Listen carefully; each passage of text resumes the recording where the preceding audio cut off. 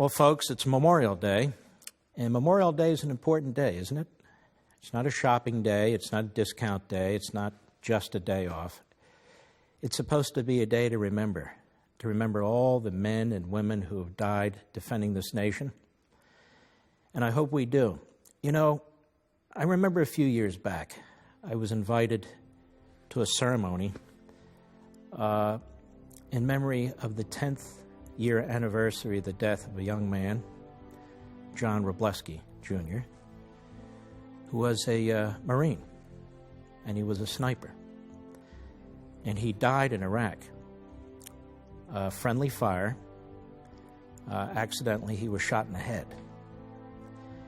And his father and his mother, Sean, and the brothers, they've all become dear friends of mine. And they invited me to this 10th year anniversary at Arlington National Cemetery. And it is well, you don't forget it.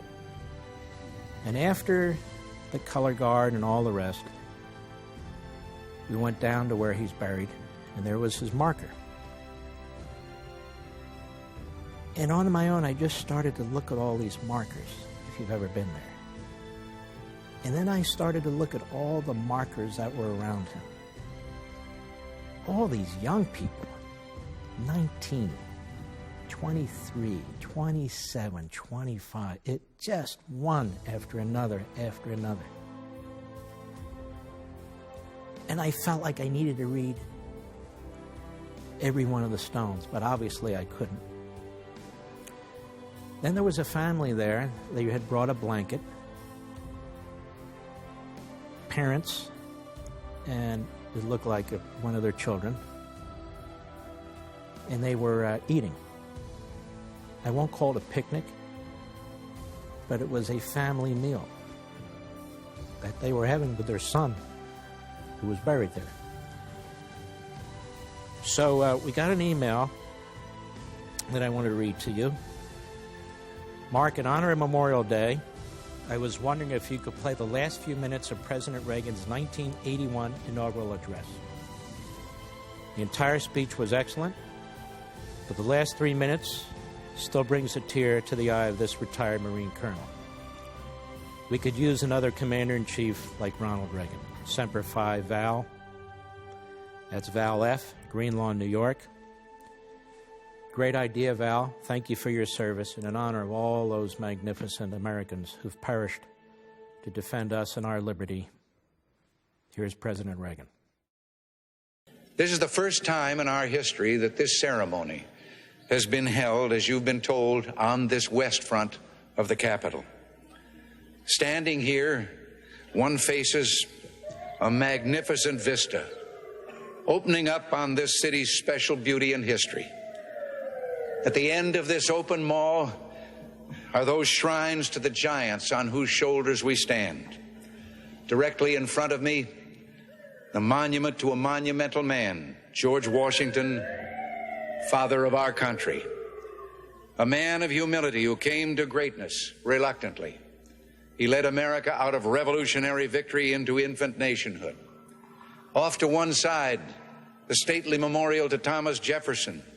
The Declaration of Independence flames with his eloquence. And then beyond the reflecting pool, the dignified columns of the Lincoln Memorial. Whoever would understand in his heart the meaning of America will find it in the life of Abraham Lincoln. Beyond those monuments to heroism is the Potomac River, and on the far shore, the sloping hills of Arlington National Cemetery with its row upon row of simple white markers bearing crosses or stars of David. They add up to only a tiny fraction of the price that has been paid for our freedom. Each one of those markers is a monument to the kind of hero I spoke of earlier.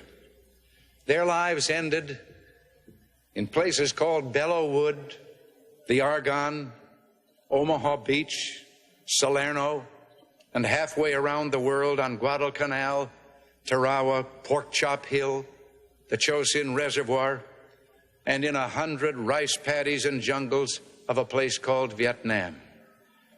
Under one such marker lies a young man, Martin Treptow, who left his job in a small-town barber shop in 1917 to go to France with the famed Rainbow Division.